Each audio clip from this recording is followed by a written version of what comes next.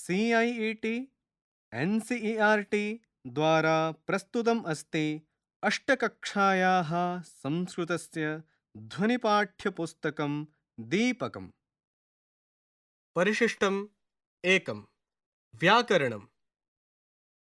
पृष्ठस्य दक्षिणतः एकं स्कैनर् अस्ति। एतस्य पाठस्य अधिकाधिकं ज्ञानाय स्कैन् कर्तुं शक्नुवन्ति। पृष्ठसङ्ख्या 69,100। उपसर्गः। धातोः पूर्वम् उपसर्गान् योजयित्वा नूतनक्रियापदानां निर्माणं क्रियते। सामान्यतः 22 उपसर्गाः सन्ति। तद्यथा प्र, पर, अप, सम, अनु, अव, निस्, निर्, दुस्, दुर्, वि, आङ्, नि, अधि, अपि, अति, सु, उत्, अभि, प्रति, परि, उप उपसर्गाः। उपसर्गाः धातोः पूर्वं भवन्ति। उपसर्गकारणतः कदाचित् धातोः अर्थः परिवर्तते, यथा गच्छति, आगच्छति। कदाचित् उपसर्गः धातोः एवम् अर्थम् उत्कर्षेण पोषयति, अर्थात् विपरीतम् अर्थं न सूचयति, यथा शोभते, सुशोभते। धातोः पूर्वं द्वित्राः उपसर्गाः अपि भवितुम् अर्हन्ति, यथा प्रति योगम् आ योगं गच्छति, प्रत्यागच्छति।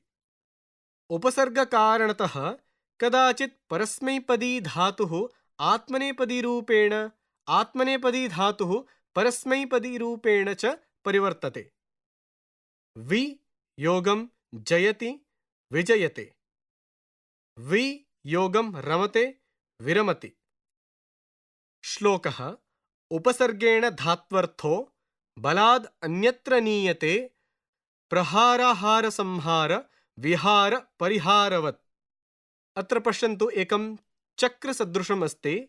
तत्र मध्ये अस्ति ह्रि, तत्र मध्ये अस्ति ह्रु, समानं हारः। तस्य रूपाणि भवन्ति प्रहारः, आहारः, संहारः, विहारः, परिहारः इति। पृष्ठसङ्ख्या 6,100। प्रत्ययाः। धातोः प्रातिपदिकाच्च अनन्तरं यः वर्णसमुदायः वर्णः वा प्रयुज्यते सः प्रत्ययः भवति।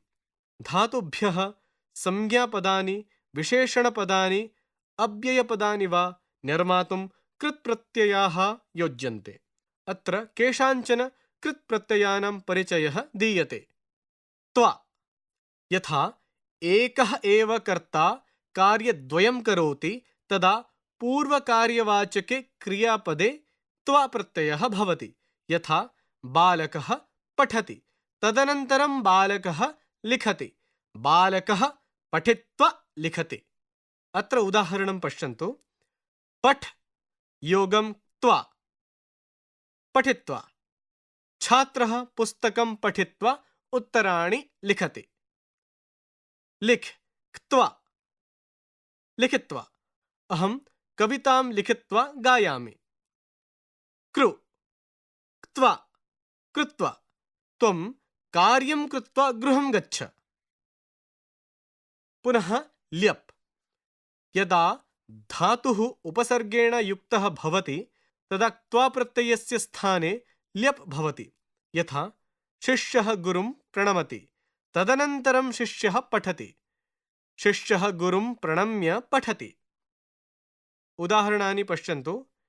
सं योगं पुज्, योगं ल्यप्, सम्पूज्य।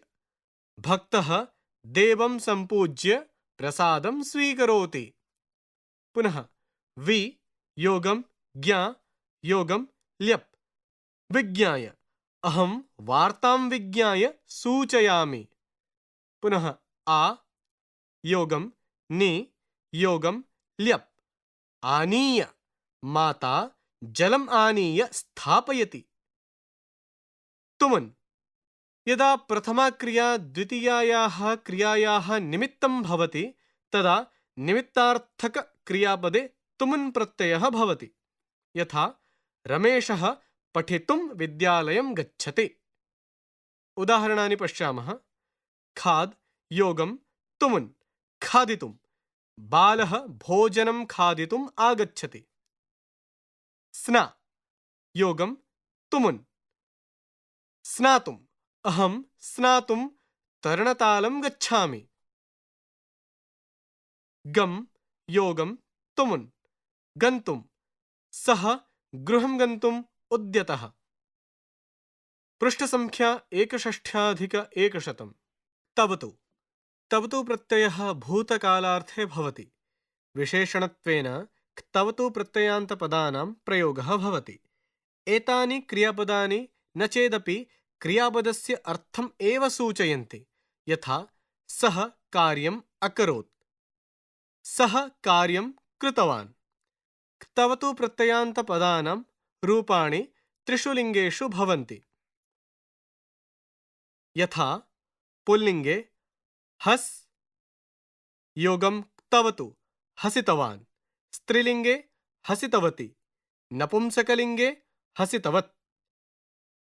श्रु योगं तवतु पुल्लिङ्गे श्रुतवान्, स्त्रीलिङ्गे श्रुतवती, नपुंसकलिङ्गे श्रुतवत्। स्था योगं तवतु पुल्लिङ्गे स्थितवान्, स्त्रीलिङ्गे स्थितवती, नपुंसकलिङ्गे स्थितवत् इति। अत्र पश्यन्तु छात्राः, 6 कोष्ठाः सन्ति।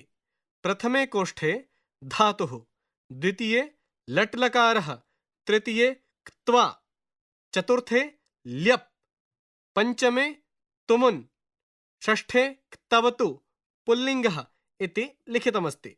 आगच्छन्तु पठामः। धातुः पठ्, लट्लकारः पठति, क्त्वा प्रत्ययः पठित्वा, ल्यप् प्रत्यये सम्पठ्य, तुमुन् प्रत्यये पठितुं, क्तवतु प्रत्यये पठितवान्।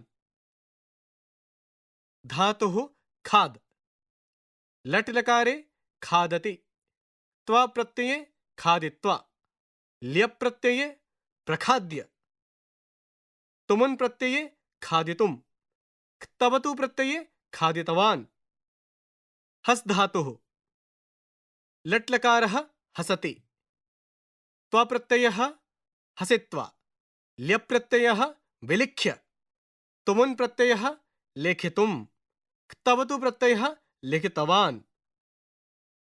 धातुः पा, लट्लकारे पिबति, त्वा प्रत्यये पीत्वा, ल्यप् प्रत्यये निपाय, तुमुन् प्रत्यये पातुं, क्तवतु प्रत्यये पीतवान्।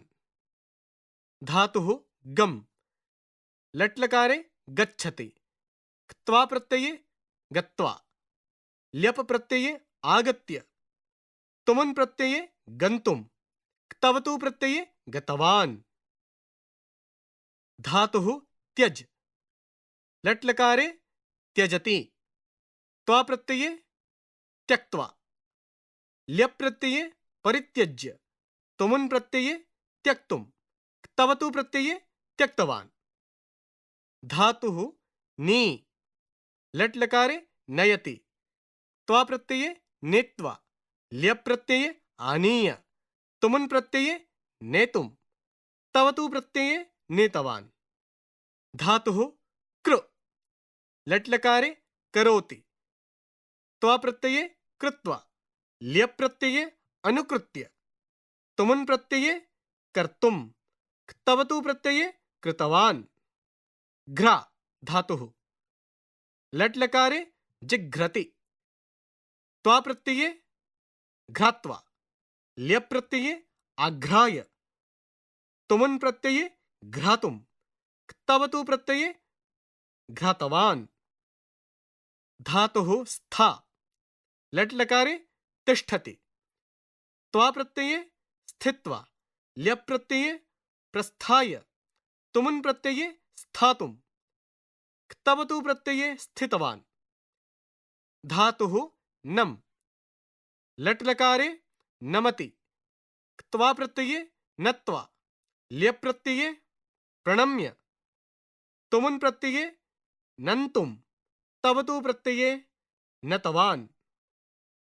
धातुः स्मृ, लट्लकारे स्मरति, त्वा प्रत्यये स्मृत्वा, ल्यप् प्रत्यये संस्मृत्य, तुमुन् प्रत्यये स्मर्तुं, क्तवतु प्रत्यये स्मृतवान्।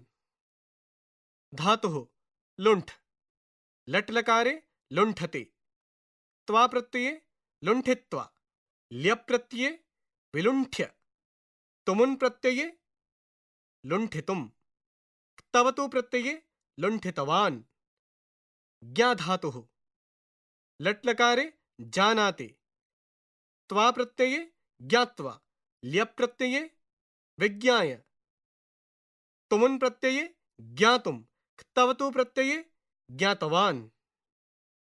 क्षाल धातुः लट्लकारे क्षालयति, क्त्वा प्रत्यये क्षालयित्वा, ल्यप् प्रत्यये प्रक्षाल्य, तुमुन् प्रत्यये क्षालयितुं, क्तवतु प्रत्यये क्षालितवान्। दा धातुः लट्लकारे ददाति, क्त्वा प्रत्यये दत्त्वा, ल्यप् प्रत्यये प्रदाय, तुमुन् प्रत्यये दातुं, क्तवतु प्रत्यये दत्तवान्।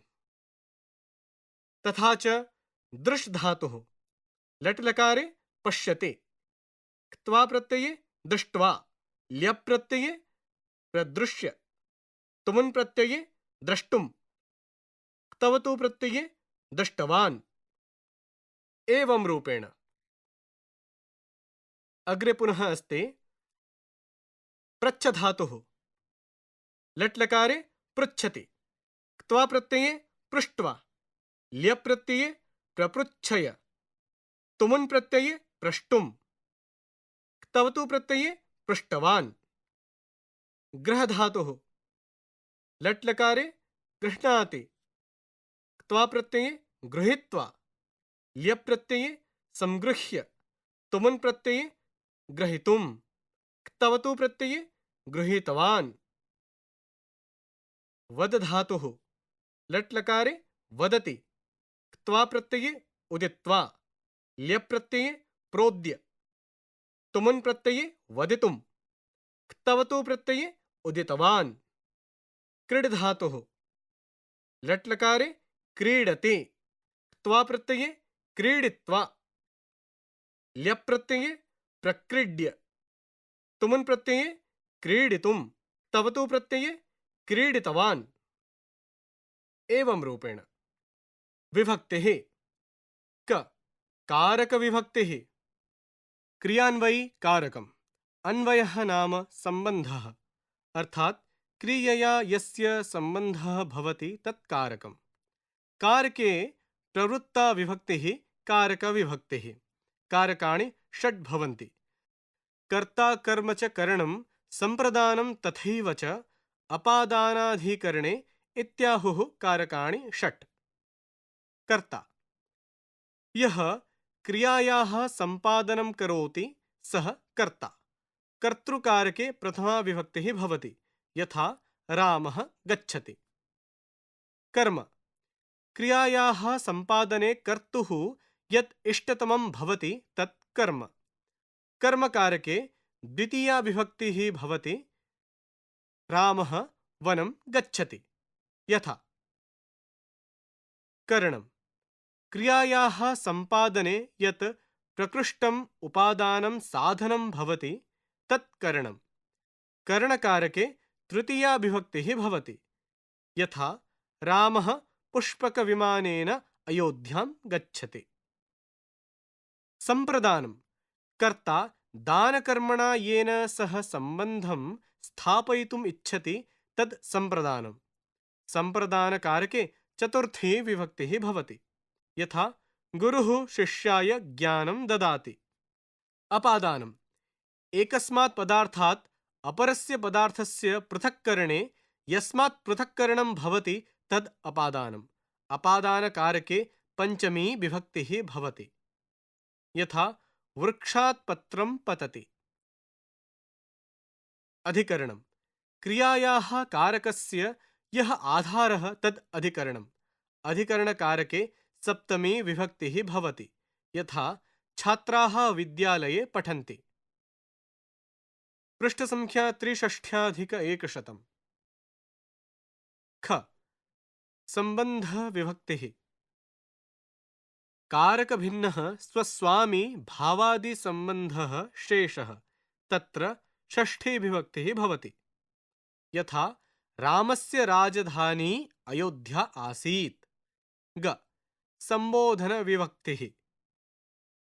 यदा कमपि सम्बोधयामः तदा सम्बोधनविभक्तिः भवति।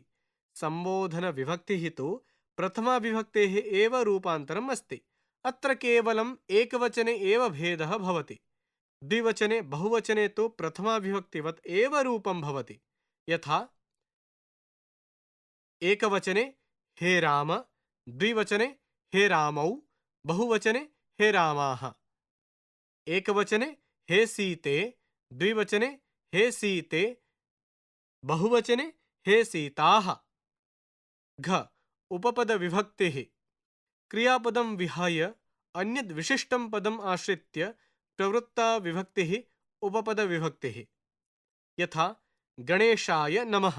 अत्र नमः इति पदस्य प्रयोगे चतुर्थी विभक्तिः। एवमेव कानिचन अन्यानि अपि विशिष्टपदानि सन्ति येन प्रयोगेण भिन्नाः विभक्तयः भवन्ति, यथा परितः। ग्रामं परितः उद्यानम् अस्ति। अत्र द्वितीया विभक्तिः अस्ति। सः पिता पुत्रेण सह आगच्छति। अत्र तृतीया विभक्तिः अस्ति। नमः गुरवे नमः। अत्र चतुर्थी विभक्तिः अस्ति। उपरि मन्दिरस्य उपरि ध्वजः अस्ति। अत्र षष्ठी विभक्तिः अस्ति। उभयतः मार्गम् उभयतः वृक्षाः सन्ति। अत्र द्वितीया विभक्तिः अस्ति। अलम् अलम् कोलाहलेन। अत्र तृतीया विभक्तिः अस्ति। बहिः ग्रामात् बहिः राजमार्गः अस्ति। अत्र पञ्चमी विभक्तिः अस्ति। अधः वृक्षस्य अधः बालकाः क्रीडन्ति। अत्र षष्ठी विभक्तिः अस्ति। सन्धिः उच्चारणसमये वर्णानां परस्परम् अत्यन्तं सामीप्येन संहिता भवति। संहिताद्वारा वर्णेषु यत् परिवर्तनं भवति तत् सन्धिः भवति। सन्धिः त्रिविधः: स्वरसन्धिः, व्यञ्जनसन्धिः, विसर्गसन्धिः च। क स्वरसन्धिः। यत्र स्वरेषु परिवर्तनं भवति सः स्वरसन्धिः। स्वरसन्धेः दीर्घ, गुण, वृद्धि, यणभेदानां परिचयं वयं सप्तम्यां कक्षायां प्राप्तवन्तः। इदानीम् अयादिसन्धिं, पूर्वरूपसन्धिं च जानीमः। पृष्ठसङ्ख्या 64अधिक 100। अयादिसन्धिः। ए, ऐ, ओ, औ इत्येषां वर्णानाम् अनन्तरं यदि स्वरः आयाति तर्हि ए, ऐ, ओ, औ इत्येषां स्थाने क्रमशः ऐ, आय्, औ, आव् भवति। नियमः: ए योगं स्वरः, ऐ योगं स्वरः, ऐ योगं स्वरः, ऐ योग स्वरः, ओ योग स्वरः, औ योग स्वरः, औ योग स्वरः, आव योग स्वरः।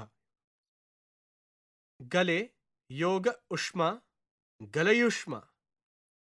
ए योग उ, अय योग ऊ। वै योग अस्तु, वायस्तु। अत्र ऐ योग अ, अय योग अ इति अस्ति। प्रभो योग इह, प्रभविः। ओ योग इ, औ योग इ। नौ योग अवतु, नाववतु। औ योग अ, आव योग अ, शे योग अनम शयनम, ए योग अ, अय योग अ, गै योग अकः गायकः, ऐ योग अ, आ योग अ, भो योग अनम भवनम, ओ योग अ योग अ, नौ योग इकः नाविकः, औ योग इ, आ योग इ। पूर्वरूप संधिः पदान्तयोः ए औ वर्णयोः अनन्तरं यदि अवर्णः आयाति तर्हि ए योग अ इत्यनयोः स्थाने पूर्वरूपम् ए एकादेशः भवति। तथैव ओ योग अ इत्यनयोः स्थाने पूर्वरूपम् ओ एकादेशः भवति। नियमः पदान्त ए योग अ अय, पदान्त ओ योग अ ओ, ते योग अपि तेपि, पदान्त ए योग अ एय, सर्वे योग अपि सर्वेपि, पदान्त ए योग अ एय, नमो योग अस्तु नमोस्तु, पदान्तः ओ योग अ ओय, विष्णो योग अव विष्णोव, पदान्त ओ योग अ ओ, ख व्यञ्जनसन्धिः यत्र पूर्ववर्णाः व्यञ्जनवर्णाः उत्तरवर्णाः च स्वराः व्यञ्जनानि वा भवन्ति तत्र जायमानः सन्धिः व्यञ्जनसन्धिः इति। व्यञ्जनसन्धेः अनेके भेदाः सन्ति, तेषु केषाञ्चन परिचयः अत्र दीयते। यथा श्चुत्वसन्धिः सकारस्य षकार च वर्गाभ्यां योगे सकारस्य षकारः, तवर्गस्य षकार च वर्गाभ्यां योगे तवर्गस्य क्रमशः च वर्गः भवति। नियमः सकारः तवर्गः त थ द ध न, योग षकारः च वर्गः च छ ज झ ञ, षकार च वर्गः च छ ज झ ञ, योग षकार च वर्गः च छ ज झ ञ। यथा हरिस् योग शेते हरिष्येते, मनस् योग चञ्चलं मनश्चञ्चलम्, तत् योग चित्रं तच्चित्रम्, उत योग चारणम् उच्चारणम्। द्वितीयः जश्त्वसन्धिः पञ्चमवर्णान् वर्जयित्वा पदान्ते स्थितानां वर्गीय व्यञ्जनानाम् अनन्तरं स्वराः मृदुव्यञ्जनानि कोष्ठके वर्गाणां तृतीय चतुर्थ पंचम वर्णाः य र ल व ह च आयान्ति चेत् पदान्ते स्थितानां वर्गीय व्यञ्जनानां तद्वद् वर्गीय तृतीय व्यञ्जनम् आदेशः भवति। नियमः वर्गीयः व्यञ्जनानि योग स्वरः मृदुव्यञ्जनम्, वर्गाणां तृतीय व्यञ्जनं ग ज ड द ब, योग स्वरः मृदुव्यञ्जनम्, बाक् योग अर्थौ वागर्थौ, दिक् योग गजाः दिग्गजाः, जगत् योग ईशः जगदीशः, जगत् योग गुरुः जगद्गुरुः। तृतीयः अनुस्वारसन्धेः पदान्ते स्थितस्य मकारस्य अनन्तरं व्यञ्जनं भवति चेत् मकारः अनुस्वारः भवति। नियमः म योग व्यञ्जनं मनुस्वारः योग व्यञ्जनम्। रामं योग वन्दे रामं वन्दे। गृहं योग गच्छ गृहं गच्छ। धर्मं योग चर धर्मं चर। सर्वं योग कार्यं सर्वं कार्यम्। चतुर्थः परसवर्णसन्धेः अनुस्वारस्य अनन्तरं वर्गीयव्यञ्जनानि भवन्ति चेत् अनुस्वारस्य स्थाने तद्वद्वर्गस्य पञ्चमः वर्णः आदेशः भवति। पदान्ते स्थितस्य अनुस्वारस्य तु विकल्पेन आदेशः भवति। नियमः मनुस्वारः योग वर्गीयव्यञ्जनानि ङ ञ ण न म योग वर्गीयव्यञ्जनानि। नित्यम् अं योग कितः अंकितः। अं योग चितः अंचितः। कुं प्लस ठितः कुंठितः। कं प्लस पते कंपते। विकल्पेन गृहं योग गच्छ गृहं गच्छ गृहं गच्छ। त्वं योग करोषि त्वं करोषि त्वं करोषि एवमपि भवति। पञ्चमं णत्वविधानं रु र ष वर्णानाम् अनन्तरं न वर्णः भवति चेत् न वर्णस्य णवर्णः भवति। यथा कृष्णः विष्णुः वर्णः। रु र ष वर्णानां नकारस्य च मध्ये स्वराः ह य व कवर्गः पवर्गः इत्येते वर्णाः भवन्ति चेदपि णत्वविधानं भवति। यथा नरा योग नाम नराणां। ऋषि योग नाम ऋषीणां। राम योग अयनं रामायणं। प्रयोग नमति प्रणमति। इति 14 अध्यायः। शृण्वन्तः आसन् अष्टकक्षायाः संस्कृतस्य ध्वनिपाठ्यपुस्तकं दीपकम्। वाचनस्वरः प्रसीदरञ्जनमेहरः। ध्वन्याङ्कनं मोहम्मद् फैजान् खान्। निर्माणसहयोगः मुकुलसिंहः। निर्देशनं तथा निर्माणं विमलेशचौधरी। एवं च प्रस्तुतिः CIET NCERT नवदेहली भारतम्।